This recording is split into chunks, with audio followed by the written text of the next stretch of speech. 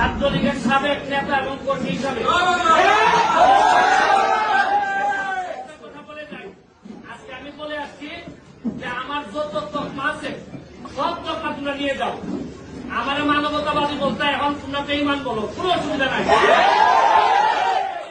শেষ বিন্দু পর্যন্ত আমি বঙ্গবন্ধু কন্যা জননেত্রী শেখ হাসিনার সাথে আছি এবং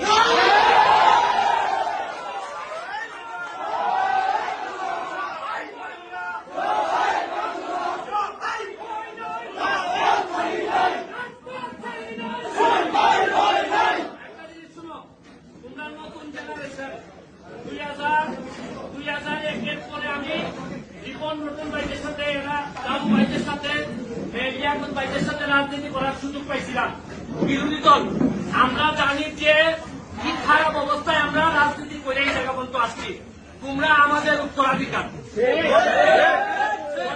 রক্তের একটা তাসির আছে।